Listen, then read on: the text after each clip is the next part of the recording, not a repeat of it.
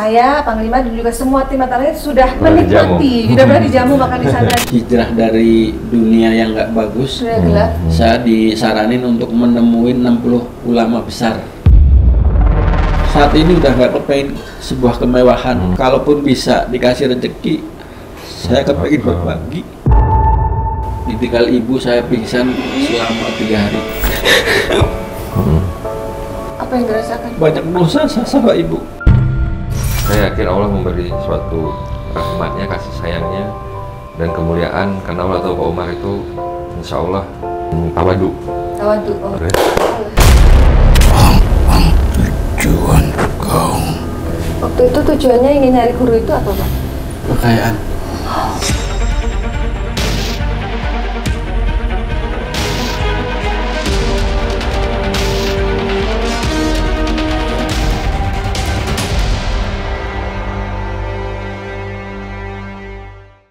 Assalamualaikum.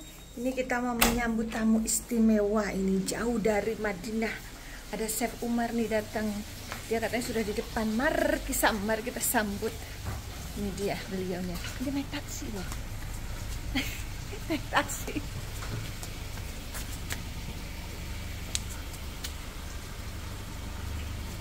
Lewat sini jemputnya. Selamat datang. Assalamualaikum. Luar biasa ini. Terima kasih sudah datang. Sendiri, Pak? Sendiri. Oh, dari Madinah jauh-jauh. Monggo silakan masuk. Akhirnya sampai juga di markas Mata Langit. Ada yang bisa dibantu? Bawa bahan. Jadi beliau ini waktu kita dan tim Mata Langit umroh, beliau di Madinah menjamu di restorannya. Pisang gorengnya enak banget. Terus beliau janji katanya kalau ke Indonesia mau mampir masak pisang goreng ini, bawa bahan-bahannya. Masya Allah, luar biasa. Mari Pak, silakan masuk. Ayo Pak. Assalamualaikum Sobat Mata Langit. Jumpa lagi dengan saya Ratna Liswi. Saya Panglima Langit. Di channel kesayangan kita semua, Mata Langit. Apa kabar? Semoga Sobat Mata Langit sehat walafiat dan selalu dalam lindungan Allah Subhanahu wa Ta'ala. Alhamdulillah ini ada tamu jauh istimewa sekali karena datangnya dari tanah suci, dari Madinah. Pak Umar, terima kasih. Waalaikumsalam. Selamat datang di markas Mata Langit. Jadi Chef Umar ini adalah owner dari Medina Asian Restoran yang di Madinah. Ya, Madinah. Itu tiga-tiganya restoran udah 3 cabang. Itu sama namanya? Sama, Medina Asian Restoran. Medina Asian Restoran. Jadi untuk teman-teman yang pergi ke sana untuk melakukan ibadah umroh, pengen makan makanan Indonesia, datang ke Medina Asian Restoran. Karena saya, Panglima, dan juga semua tim Mata Langit sudah menikmati, sudah pernah dijamu makan di sana, dan itu benar-benar benar-benar mengobati kerinduan. Ada pisang goreng, pisang panjang tuh, itu favorit saya banget tuh, sampai terngiang-ngiang saya sampai Indonesia. Nah sekarang ini dibawain itu pisang mentahnya sama tepung-tepungnya mau digorengin di sini. Masya Allah ya. Nah, itu yang pertama. Yang kedua itu ada bakso.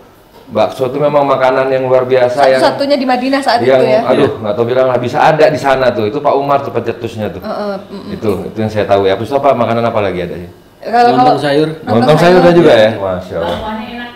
Bawang. Jadi setiap artis yang datang ke sana selalu dijamu oleh beliau. Bukan hanya artis, tokoh-tokoh, para pejabat, pokoknya semua orang Indonesia, orang penting yang datang ke sana sudah pasti dijamu oleh Pak Umar ini. Jadi kliennya tuh orang hebat semua lah pokoknya intinya itu. Nah, yang saya kagum ya, pertama kali tahu ada orang Indonesia yang buka usaha di sana, itu aja aku udah takjub, hah bisa ya buka usaha di sini gitu. Lebih takjub lagi ketika tahun berikutnya buka cabang. Masya Allah, hebat sekali, Masya Allah. Jadi saya dapat informasi juga dari anak saya yang sekolah di London. Kemarin beberapa bulan lalu sempat melakukan ibadah umroh mandiri di Madinah, dibantu oleh Pak Umar. Disediakan tempat untuk tinggal, dikasih makan gratis, Masya Allah. Semoga jadi berkah ya Pak ya. Terima kasih banyak. Dan memang kami semua tim Mata Langit menunggu kehadiran Pak Umar karena sejak 2 tahun yang lalu ketika kami umroh ke sana, Pak Umar bilang, pokoknya kalau saya ke Indonesia, insya Allah mampir ke markas Mata Langit, mau masakin ini pisang goreng spesial.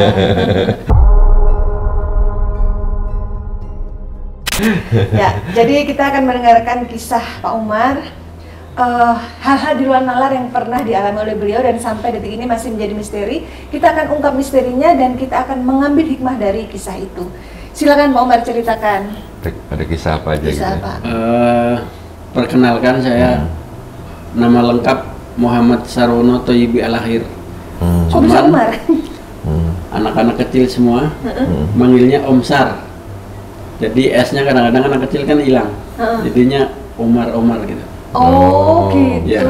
Om Sar jadi Omar. Itu di sana gitu? Di Indonesia Oh juga. di Indonesia juga. Jadi sampai ke bawah ke Arab Saudi, panggilannya Umar.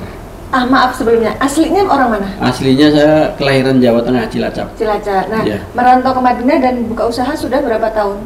Baru Corona, akhir 2019. Corona, lagi baru-baru saya mulai merintis. Berarti baru sekitar 5 tahun atau 6 tahun? Belum, Belum ya? 4 jalan. Baru 4 tahun udah buka cabang? Hebat. Ada 3 sekarang. Iya. Ya. Terus panggil Omar gitu. Om Umar. Jadi sampai sekarang panggilannya viralnya Om Umar. Lah pertama pas mau buka di Madinah itu saya harus nganggur dulu 6 bulan. Oh gitu. Ya. Untuk survei sama ngelihat lokasi sama keadaan, belajar juga tentang budaya mereka, sosial politik mereka saya juga belajar. Jadi saya udah memutuskan untuk membuka makanan Indonesia yang pertama kali di sana. Di Madinah, di Jabal Uhud. Jabal Uhud itu kebetulan sejarahnya banyak karena serpihan dari Gunung Surga. Amin. Terus Bapak memilih lokasi itu? Memilih lokasi itu dilalahnya juga dapat dekat masjid, Masjid Syuhada, sama makam pamannya Nabi, Sayyidina Hamzah. Jadi alhamdulillah lokasi yang Strategis. benar-benar berkah. Berkah yang Strategi sih enggak, cuman berkahnya itu Berkah. dapat di sana. Iya. Jadi salah satu niat saya setelah saya mengalami berbagai pengalaman yang menurut saya itu sangat menyakitkan dalam hidup saya.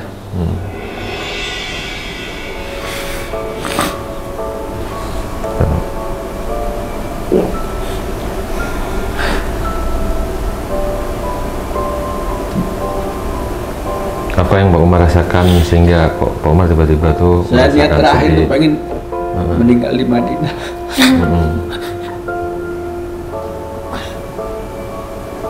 Berarti ada cita-cita seperti itu. ini saya nggak mau kasih tahu sebentar flashback ya. Sebelum beliau ke Madinah memang beliau mencoba beberapa apa namanya profesi gitu, dan semua profesi sudah pernah dijalani, mulai tukang sapu jalanan, apa namanya security, kemudian pernah menjadi apalagi ya Pak ya, di seluruh wilayah Indonesia, Seluruh semua wilayah ya? Jakarta, alhamdulillah Jakarta. Allah udah tunjukkan. Jakarta Utara, Jakarta Timur, Jakarta Barat, Jakarta Selatan, Jakarta Pusat, Bahkan pernah juga maaf sampai ke Bogor, sampai ke Cikampek, sampai ke Cikerawang. Dan semua pengalaman-pengalaman yang menurut saya orang lain nggak pernah mampu untuk melakukan hal seperti ini. Makanya saya nggak pengen, saat ini udah nggak kepengen sebuah kemewahan, mobil mewah, rumah mewah. Kalaupun bisa dikasih rezeki, saya kepengen berbagi.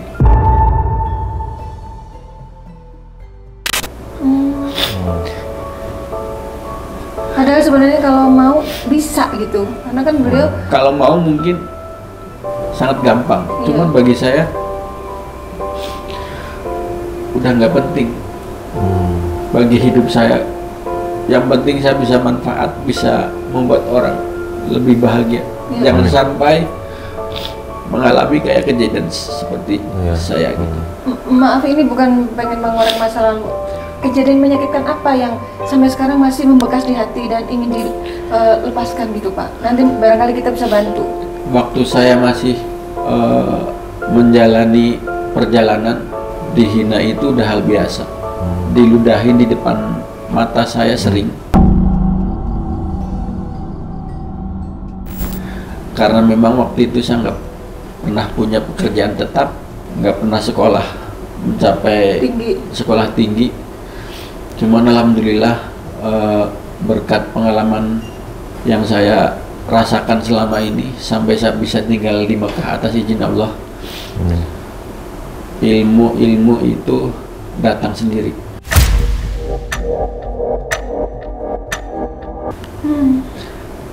Karena saya kan profesinya masak.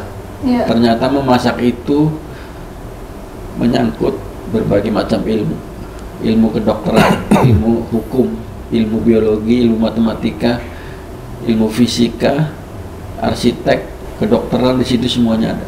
Wow, ini ilmu juga buat kami nih. Bisa dijelaskan singkat aja. Jadi ketika saya membuat makanan itu mencakup berbagai aspek hukum. Jadi ketika masak saya harus tahu gramasinya, tahu kualitasnya, dan itu termasuk salah satu ilmu dari matematika sama kedokteran. Kalau misalnya masak untuk orang sakit harus beda, orang sehat harus beda, itu termasuk ilmu di biologi juga masuk. Betul. Untuk melayani sama pelanggan itu termasuk ilmu sosial. Karena harus ada bagaimana mempersilakan orang. Jadi semua saya pikir mencakup semuanya. Dan saya pertimbangkan lagi, di negara manapun yang paling terkaya pun ketika tamu negara datang, yang disajikan utama adalah makanan. Betul. Dan yang membuat itu tukang masak. Betul. Bukan dokter, bukan sarjana hukum, bukan babysitter. Jadi tukang masak itu harus mempunyai satu, akhlak yang baik, kedua punya wawasan yang cukup luas. Jangan cuma hanya bisa memasak belanja, jangan. Terus hubungan sama pelanggan itu harus bagus, karena itu menyangkut hati. Jadi kalau hanya bisa memasak, nggak punya akhlak, nggak punya hati, itu juga kayaknya bagi saya kurang. Satu-satunya pengalaman ketika pas baru tiba di Mekah, waktu itu pertama kali saya umroh, desakan jutaan manusia, saya diizinkan untuk umroh pertama kali, serasa nggak ada gangguan apapun, karena memang tujuannya saya nggak pernah meminta apapun di depan Ka'bah. Semua orang berdesak-desakan kepengen mencium Hajar Aswad. Alhamdulillah, saya itu seperti dikawal sama samping kanan, samping kiri. Jadi saya jalannya nggak berdesak-desakan. Pun ketika mencium Hajar Aswad nggak ada desak-desakan, begitu lancar gitu. Karena saya memang nggak nafsu serakah untuk segera untuk mencium Hajar Aswad, nggak. Pas di depan Hajar Aswad, saya sebelumnya bisa Allah izinkan untuk berdiri berdoa di Multazam. Sedangkan Multazam itu tempat doa yang paling mustajab di seluruh dunia, hanya ada di situ. Saya pikir-pikir kenapa? Karena memang lokasinya kecil, dekat pintu masuk Ka'bah sama Hajar Aswad itu sangat kecil. Jadi memang kalau memang orang mau ke situ harus mustahil gitu. Iya, mustahil. Udah masuk kegeser lagi, udah masuk kegeser lagi. Tapi memang saya ketika tawaf itu udah masuk masjid aja saya udah alhamdulillah. Jadi saya nggak terburu-buru untuk apa yang saya inginkan, saya minta di situ, saya juga enggak. Saya cuman memohon sama Allah, siapapun orang yang pernah membantu saya,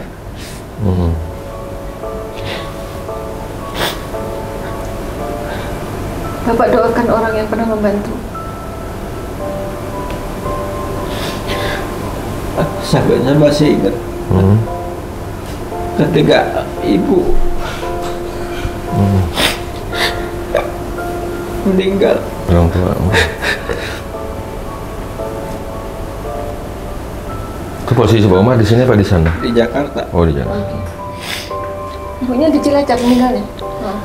Pas saya pulang, udah masuk ke liang lahat. Tapi alhamdulillah dari Jakarta saya naik motor, sampai rumah kosong, udah di makam, tapi belum diuruk sama tanah. Langsung Bapak nyusul? Langsung ke lubang. Allah masih mengizinkan saya untuk cium orang tua. ibu. Itu yang sampai sekarang. Saya masih hidup. Bapak ada rasa penyesalan atau apa yang dirasakan? Banyak dosa saya sama ibu. Merasa belum bisa membahagiakan? Sama sekali. Tapi itu kejadian sebelum merantau ke Madinah? Sebelum merantau ke Madinah. Amanat ibu cuma jadi orang biasa aja. Jangan pernah nyakitin orang lain. Itu pesan yang sampai sekarang saya ingat. Jalankan ya. Sederhana sekali pesannya itu. Walaupun orang tua saya nggak pernah ngomong sholat. Tapi pesan orang tua saya cuma jadi orang biasa dan jangan pernah nyakitin orang lain. Biar selamat dunia akhirat. Itu kan aja. Ya, ini kan Bapak akhirnya memutuskan untuk merantau ke Madinah itu setelah berapa lama dari kejadian ibu meninggal? 2013 ibu meninggal. 2015 saya pertama kali hijrah ke Mekah. Oke. 2 tahun kemudian? Habis itu balik lagi ke Indonesia. Mau pindah ke Madinah belum bisa. Waktu itu ke Mekahnya karena mendaftar jadi TKI atau bagaimana awal-awalnya? Ada tempat yang ngasih tahu ada perusahaan yang butuh tukang masak. Oh, oke. Di Mekah. Terus kebetulan orang Arabnya datang ke Jakarta, ketemu di Botani Square Bogor. Iya. Orang Arabnya ngobrol-ngobrol, akhirnya saya mau. Waktu itu gaji cuma 1.500 real. 1 bulan? 1 bulan. Sekitar berapa rupiah ya itu? 6 juta. 6 juta. Ya. Dengan waktu kerja hampir 14-16 jam. Oh, oke. Tanpa libur. Tapi saya jalanin karena saya butuh, daripada saya tinggal di Indonesia sampai banyak masalah. Akhirnya saya betah tetap dihadapi. Oh, jadi berarti ada masalah di Indonesia yang memang Bapak udah mentok gitu. Aku nggak mau lagi tinggal di sini, pengen hijrah. Karena saya di Jakarta hampir 35 tahun. Udah banyak macam profesi, sampai saya pernah di jalanan. Pernah tinggal di jalanan? Iya, pernah di jalanan. Katanya Bapak pernah juga menggeluti dunia malam, itu maksudnya? Iya, dunia malam maksudnya tanpa aturan. Oh, oke. Berarti mohon maaf, berarti Bapak sudah pernah mengalami yang minum, udah, mabuk segala itu? narkotika udah. Cuman suntik belum. Kalau misalnya hanya minum obat-obatan, udah pernah coba semua? Udah semua. Yang membuat akhirnya menghentikan itu semua apa? Pasti ada pengaruh dari teman atau bagaimana? Yang bisa memberhentikan itu, waktu itu memang ada saran dari guru ngaji, kalau kamu masih seperti itu terus, rezekinya nggak akan datang. Saya pertimbangkan, saya mikir, saya mencoba kembali lagi ke seperti itu, terus mencoba lagi, kembali lagi seperti itu, karena memang lingkungan di Jakarta kurang kontrol. Seperti sulit melepaskan diri dari circle itu ya? Iya. Terus? Kayak orang kebutuhan makan hidup sehari-hari kan harus makan. Kalau nggak makan kan sakit mati. Atau lemes gitu. Dunia narkoba juga sama. Ya udah berarti udah masuk ke apa ya, ketergantungan ya? Ya ketergantungan. Tapi nggak sampai bahasanya sakau tuh nggak sampai. Cuman kalau nggak seperti itu kayak nggak ada semangat. Namanya itu ilusi. Ya. Nggak bisa tenang. Pernah ya ternyata di titik itu ya. Terus sama di titik itu pernah. Jadi sampai baru-baru itu waktu saya mengenal ganja. Kebetulan stoknya dari Aceh langsung. Tapi bukan beliau yang memang itu di mana-mana beritanya mau begitu. Terus 4 hari sampai hari Jumat saya pingsan. Jadi dicek di dokter, teman saya ketakutan, dikira saya mati, udah pingsan. Itu pas umur berapa? Belasan. Oh iya, oke. Di bawah 20. Terus dibawa ke dokter. Dalamnya itu banyak asap. Kata dokternya. Kata dokter, kamu perokok ya? Iya, saya bilang, nggak ngomong ganja. Terus? Jadi dari situ saya berhenti juga. Udah nggak ada kekuatan untuk bangkit karena efeknya dari asap ganja itu sendiri. Sempat saya berhenti tapi ngedarin. Ya Allah, pernah juga? Ya. Ya Allah. Jadi lika-liku hidup itu sudah dijalani semuanya, yang pahit, getir ya. semua. Makanya di saat saya diizinkan untuk tinggal di Madinah, yang nggak semua orang bisa. Saya hanya kepingin orang-orang yang pernah nolongin atau yang nggak pernah nolongin, kalau bisa tersenyum, bisa bahagia, dan nggak mengalami kejadian-kejadian seperti saya.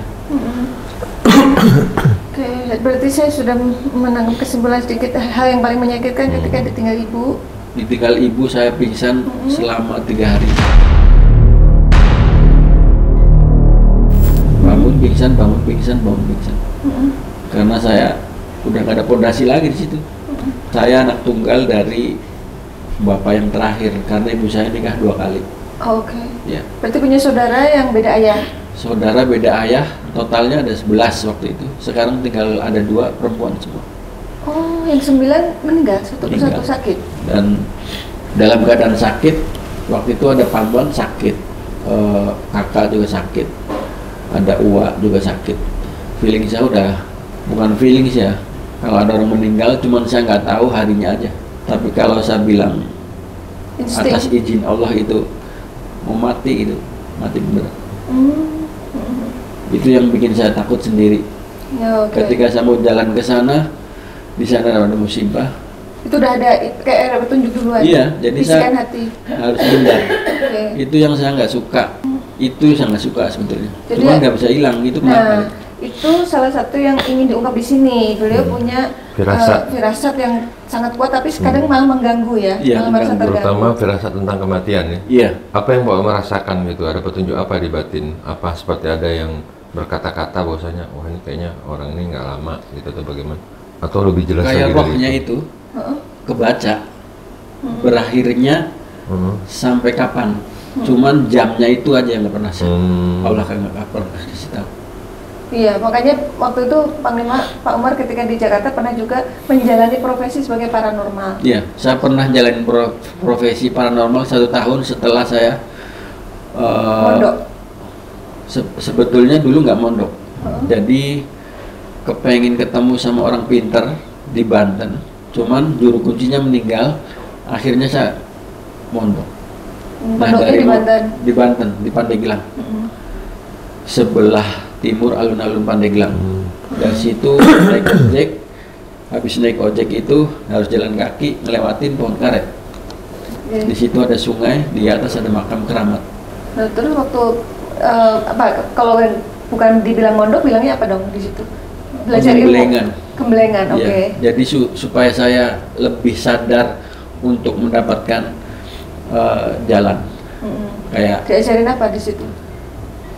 tirakat, terus keikhlasan, kejujuran, makan juga nggak pernah nikmat gitu. Kalau ngomongin bahasa sekarang, makanan yang ada saya makan, kayak singkong rebus, kayak Kalau nasi nggak ada sayurnya juga nasi sama garam gitu. Itu sebetulnya masih bersyukur gitu, karena waktu masa kecil saya, ibu saya sakit, bapak saya sakit, saya masih belum bisa kerja, saya harus kepaksa kerja di tetangga untuk nyabutin rumput di tengah sawah. Itu sehari dapat 1.250. Itu saya pulang bisa beli beras, dibikin bubur, terus makan bareng-bareng sama orang tua saya. Ya, terus? Jadi masa lalu saya ketika ingat ya penuh kepahitan. Penuh kepahitan. Udah gitu saya belum bisa membahagikan ibu. Jadi ketika dikasih sesuatu yang lebih baik saya berbagi. Nggak kepengin, jangankan rumah, sekarang aja saya masih kontrak 1 tahun 7 juta. Itu yang di Cilacap? Di Cilacap. Yang di Madinah juga kontrak? Di Madinah belum ada kontrak kepemilikan. Ya, oke. Nah terus gimana lagi kelanjutannya yang tadi jadi paranormal itu? Oh ya, waktu saya jadi paranormal berhenti karena saya ada pasien yang minta nomor togel. Akhirnya guru saya tahu bahwa saya ngasih nomor togel. Guru saya melarang untuk melanjutkan. Sebetulnya melarangnya ngasih nomor.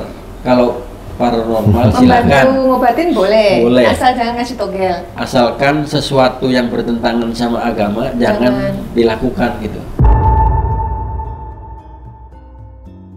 Nah memangnya waktu ngasih togel berhasil? Berhasil. Gimana tuh? 4 nomor. Tembus semua? Tembus semua. Saya hanya minta sama pasiennya telur ayam kampung yang baru keluar. Jadi pas keluar. Tungguin dong waktu melahirkan. Kurang tahu karena pasiennya yang nyari. Yang bawa, oke. Pas dibawa, saya cuma bisa ngelihat di dalam telur kuningnya itu ada angka. Itu yang disampaikan? Itu saya sampaikan langsung ke pasiennya, langsung dibeli. Tembus dia berapa? Bisnis. Saya kurang nanya. Pasti banyak itu. Terus habis itu? Karena waktu itu sampai kaki saya dicium sama mereka. Waduh. Dan memohon bahwa bapak yang bisa nolong saya, bapak yang tempat terakhir. Jadi waktu itu kalau saya profilnya seperti ini terus, nanti saya dijadikan Tuhan sama manusia. Nah itu yang saya berhenti. Sebetulnya profesinya sebagai paranormal karena kan spiritual. Diizinkan, yang penting buat kebaikan. Cuman hati saya juga nolak membahayakan diri saya sendiri. Walaupun hasilnya banyak. Karena waktu itu belum krisis ya. Masih bagus. Itu sehari tanpa mematok harga dapat 13 juta sehari.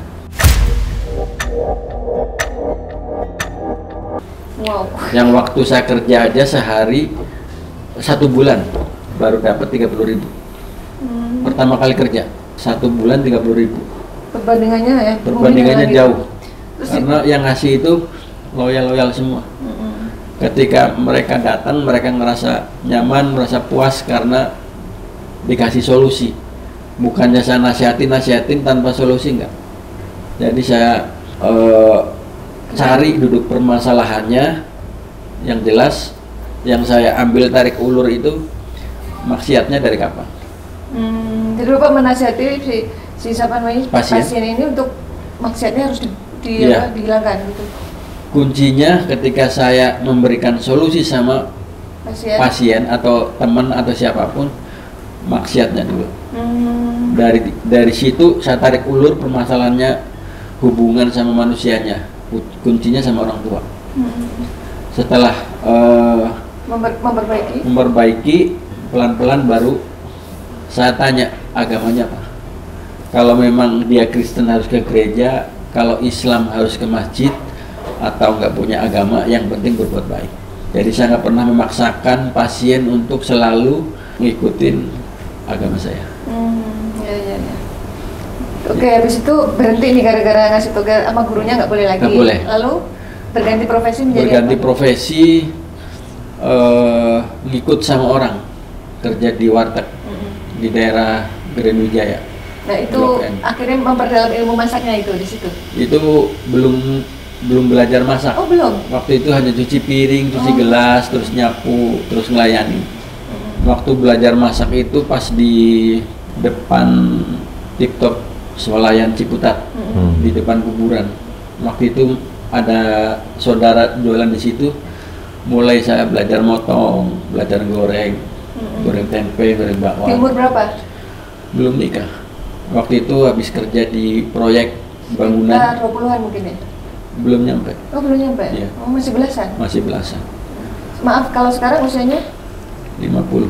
Oke, berarti hampir 30 tahun ya perjalanan yang penuh gejolak itu. Iya. Berarti yang ingin diketahui sekarang adalah siapa sosok pendamping yang suka memberi firasat. Iya. Dan itu kesedihan kehilangan ibu itu bagaimana cara menetralisirnya gitu ya? Iya. Jadi saya mungkin ada mau bertanya sesuatu Iya. hal di luar yang udah Pak Umar ceritakan. Apa hal-hal yang di luar nalar di Madinah ataupun di Mekah yang pernah Jalan. Pak Umar alami gitu, yang sangat religius gitu, yang mungkin di situ ada hikmah, ada hidayah, ada rahmat yang mungkin meresap ke dalam batin Pak Umar.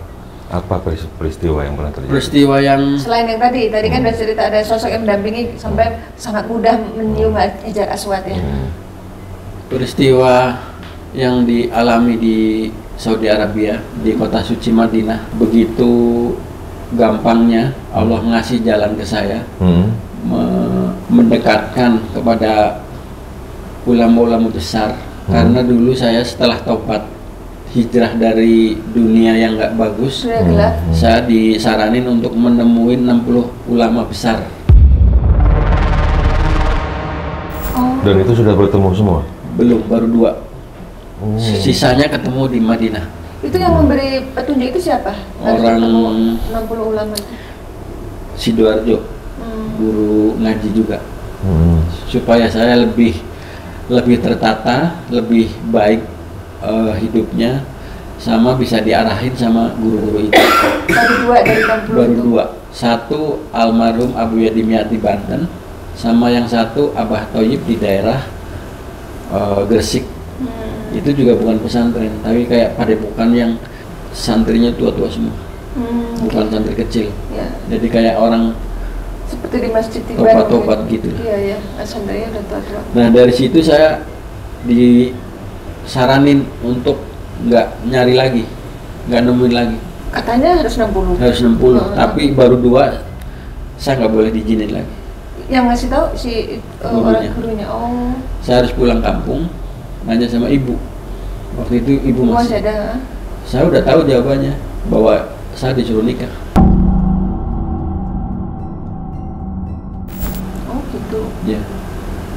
Kalau udah nikah, pemikiran kembali lagi ke masa lalu bisa. Diminimalisir. Iya. Oh. Saya ikutin, alhamdulillah pelan-pelan mulai tertata. Sejak menikah itu. Iya.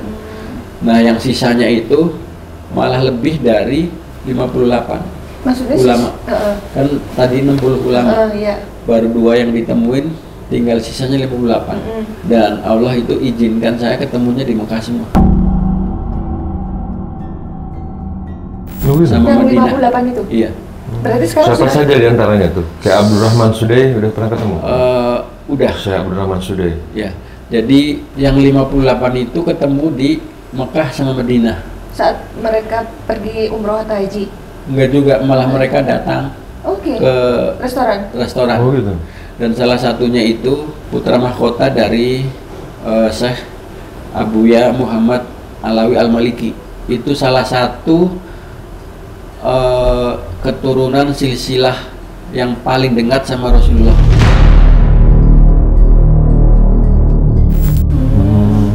Itu yang paling di luar nalar hidup saya, karena untuk ketemu sama mereka, walaupun mereka ulama besar, kalau mereka nggak bisa diizinin, nggak bakalan bisa.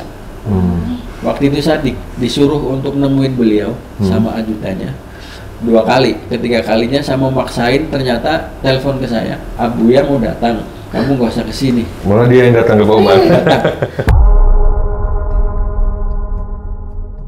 Walaupun dia hanya beberapa menit. Tapi kan tetap beliau yang datang, bukan bapak yang kesana kan? Itu aja itu yang membuat saya terharu. terharu, menangis, nggak bisa tidur beberapa hari. Karena saya bukan siapa-siapa. Sampai guru saya bilang, kamu itu siapa? Sampai putranya Syekh Abuya Muhammad Alawi Al-Maliki itu datang. Saya juga nggak bisa jawab. Karena waktu itu memang saya hanya bisa jalanin baik sama orang, supaya orang bisa senang, bisa tersenyum dengan apa yang saya lakukan, kayak melayani, masak. Jadi hidup saya sekarang kalau misalnya dikasih umur panjang, biarlah saya nggak bisa sama orang, siapapun. Mungkin buat nebus dosa nggak bisa, tapi minimal bisa hidup saya bisa bermanfaat buat orang lain. Insya Allah ya, udah ketemu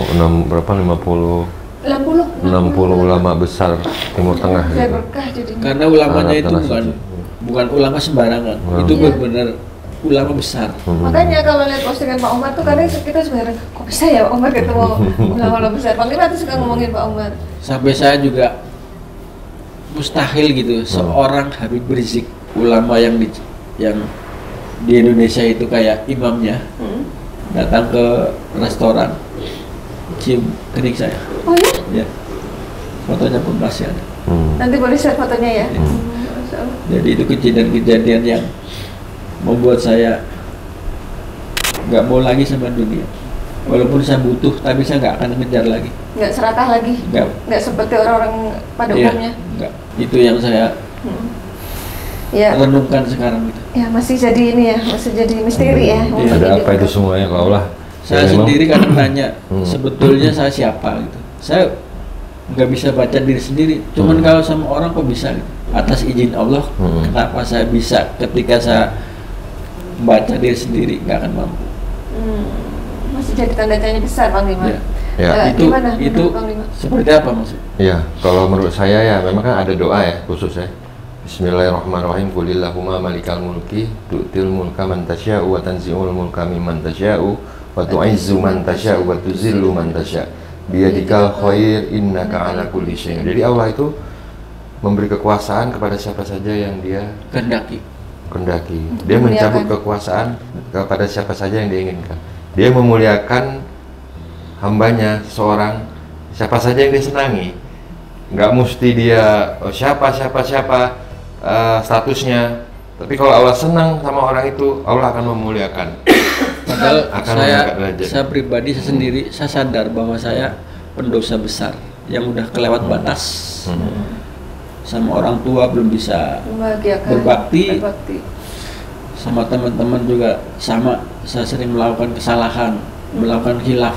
Tapi kok nikmatnya banyak ya yang didapatkan. Ya, karena kan Allah mengetahui ya apa yang tersimpan dalam dada manusia gitu. Jadi dalamnya hati itu hanya Allah yang bisa mengukur, karena Allah tahu kepada siapa dia akan memberi rahmat dan hidayahnya dan kemuliaannya, dan kepada siapa yang dia tahu apa diberi kemuliaan, orangnya akan ingkar, orangnya akan hancur, makin kufur nikmat, dia juga tahu gitu. Jadi kalau Pak Umar, saya yakin Allah memberi suatu rahmatnya, kasih sayangnya dan kemuliaan, karena Allah tahu Pak Umar itu insya Allah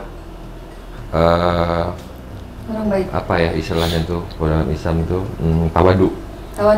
Sampai tawadu pas dan ini syekhnya itu pamit mau balik, saya dicariin Pak Umar mana, ternyata saya dikasih baju yang lagi pakai. Oh ya? Dilepas dipakai? Dikasih ke Bapak? Dipakein. Oh dipakein, oke. Seperti rompi tapi agak panjang. Iya, jubah. Itu rompi. Sering saya pakai, dan kalau dipakai patah orang di bawahnya ada. Oh gitu ya? Saya ngerasa nyaman gitu. Bukan saya menuhankan baju, bukan. Cuma rasanya lebih damai gitu. Luar biasa.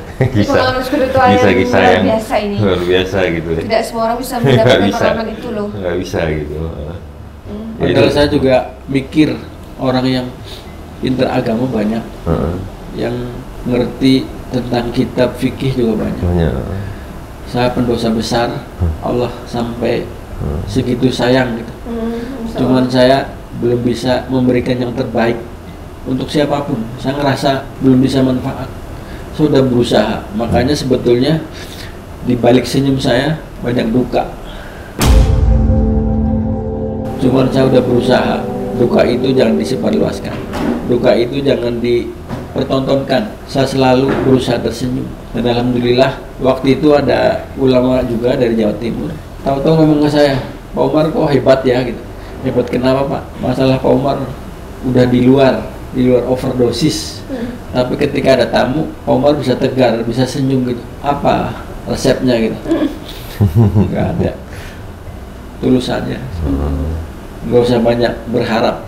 Sampai saya kemarin ngobrol sama Mbak Nini Carlina, temannya Mbak Ratna juga. Waktu di pesantren kalau hari Jumat kan libur. Waktu dulu dengerin radio kan dilarang, hanya hari Jumat boleh. Kecil cuman nggak boleh keras. Waktu itu Mbak Nini Carlina kan lagi tenornya nyanyi lagu Gantengnya Pacarku. Nah, saya paling suka tuh dengerin lewat radio. Diam-diam tapi nggak boleh kencang-kencang. Terus dulu nggak pernah bermimpi, malah saya sering ngejar-ngejar artis. Kepengen foto bareng, kepengen nggak usah ngobrol lah, foto bareng, salaman udah seneng banget. Karena seorang kampung. Sekarang malah habis pada datengin Pak Umar ya. Sampai kemarin saya nggak nyangka yang dulu saya kejar-kejar seorang Nini Carlina, sampai sekarang kayak menjadi sahabat gitu, menjadi saudara gitu, karena memang keklik hatinya. Mbak Nini kalau ngobrol juga saya nyambung, saya kalau ngobrol juga nyambung. Sebaliknya sama Mbak Ratna sendiri juga. Saya pernah ketemu sebetulnya di Grogol waktu itu. Oh iya, waktu acara? Dulu lagi musimnya multi level marketing. Oh, di UBS? Ya. Pernah di situ? Ya. Saya sempat bayar daftar. Ambasador di situ. Ya. Dan saya pernah foto bareng? Datang, enggak, pura-pura foto bareng. Buat ongkos saja waktu itu alhamdulillah bisa. Tapi saya bisa ngikutin perjalanannya Mbak Ratna, sejarahnya dari rumah Madiun sampai sekarang hijrah di Jakarta, bisa menempati sebuah rumah mewah di kota wisata. Masya Allah. Itu suatu kebanggaan buat saya, contoh. Cuman saya memang kepengen biasa aja gitu, tapi bisa membuat orang bahagia, itu aja. Saya pernah dikasih tawaran, dikasih rumah mewah sama seseorang yang nggak mau dia sebut namanya, daerah Kemang, suruh ninggalin, suruh nempatin. Waktu itu dia minta tolong, dia punya sesuatu kayak barang-barang gaib. Saya kasih tahu semua, nggak ada yang salah. Dari situ dia mulai dekat sama saya sampai minta tolong. Kalau dia punya masalah, saya suruh datang, ngasih tahu, ngasih solusi. Hanya itu aja saya mau dikasih rumah. Ya Allah. Tapi bener saya bukan saya tujuan ke sana. Bapak ngambil? Enggak. Oh, mungkin itu rasa terima kasih beliau kali. Iya, walaupun saya nggak bekerja sama dia, cuman hanya sekedar menolong, mungkin rasa terima kasih karena mungkin kekayaan mereka lebih gitu. Tetap saya nggak nerima. Nggak mau. Hati saya kayak. Jadi Bapak sekarang Bapak melakukan apapun berdasarkan suara hati ya? Suara hati. Kalau hatinya menolak, mendingan jangan. Enggak. Tentang kemewahan apapun, alhamdulillah saya udah nggak ngiler. Nggak ngiler, nggak tergila-gila. Oh, iya. Walaupun saya butuh buat keluarga, yang penting keluarga sehat, bisa makan, cukup bukan kata cukup mobil cukup, rumah cukup, enggak. Cukup sehat dan makan, itu aja kan. Itu yang saya terapkan sama keluarga saya, dan pelan-pelan memahami. Ya, jadi gimana Pak Kemah? Kenapa beliau? Ya, mungkin nanti kita akan bisa ungkap ya melalui sisi yang tidak terlihat kali gitu ya.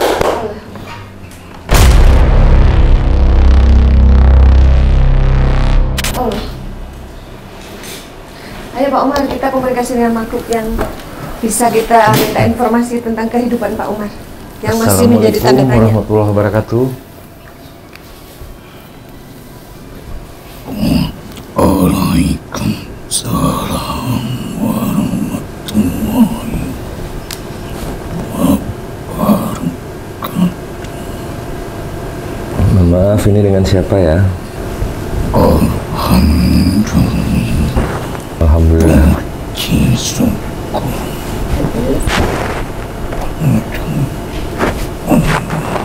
Puji syukur pada Allah. Assalamualaikum warahmatullahi wabarakatuh.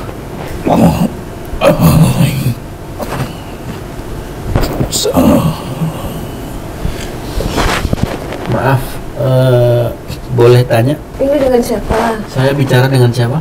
Dia kok kayak ini ya? Sedih ya? Kayak menyimpan kesedihan gitu, makhluk ini gitu. Apa yang ingin disampaikan ke Pak Umar? Alhamdulillah kata beliau. Orang desa kini urip wis Orang desa sekarang hidupnya sudah berubah. Ngomongnya bahasa Jawa. Dari Cilacap ya? Dari mana nih?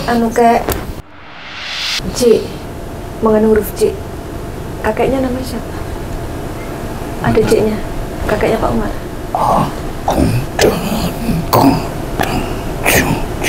Dari Jogja.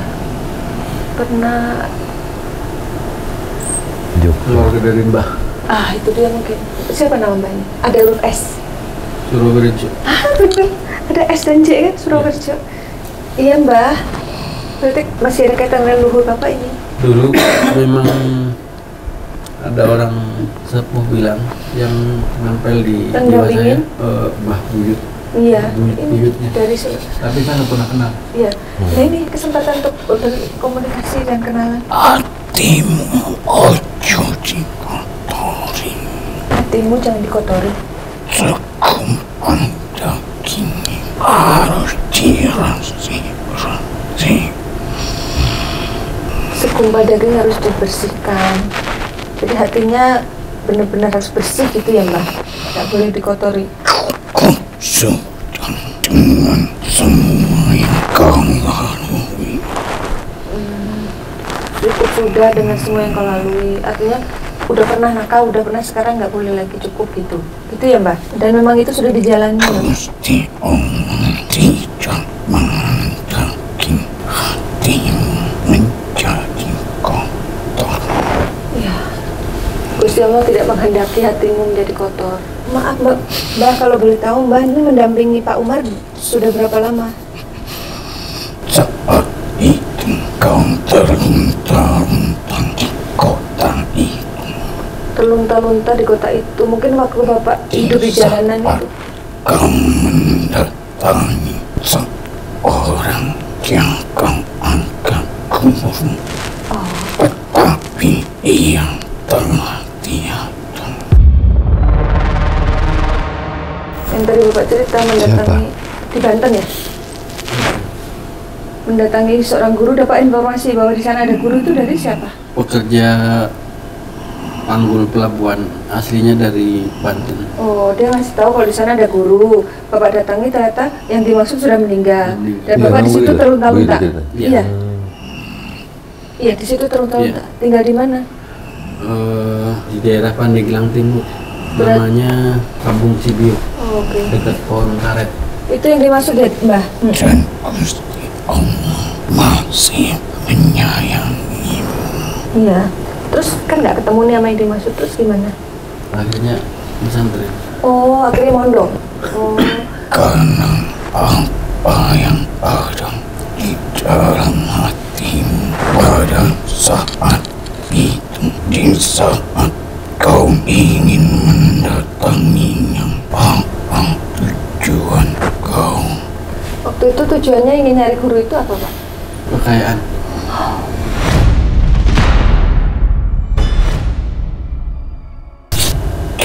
Dia diangkat gendong.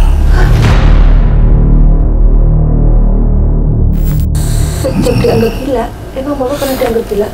Sering. Itu siapa namanya? Meong. Coba panggil. Barangkali ini Meong. Meong. Tuh, ngerti ya Pak? Dia meninggalnya di mana si Meong? Di Bapak kan kalau cerita Mas Eki, beliau ini royal ke karyawannya. Bebas mau masak apapun, bahan-bahan tinggal ngambil di kulkas. Mas Eki ikut menikmati tuh makanan yang dimasak karyawan Bapak. Mengejar harta sudah padam dalam diri. Kau selalu memuliakan tamu-tamu Allah di tanah Rasulullah. Iya. Orang tua tidak pernah dendam terhadap anaknya, sekalipun kau dulu bertindak sesuka hatimu. Sesuka hatimu meninggalkan orang tua, anak laki-laki yang harusnya menjadi tumpuannya.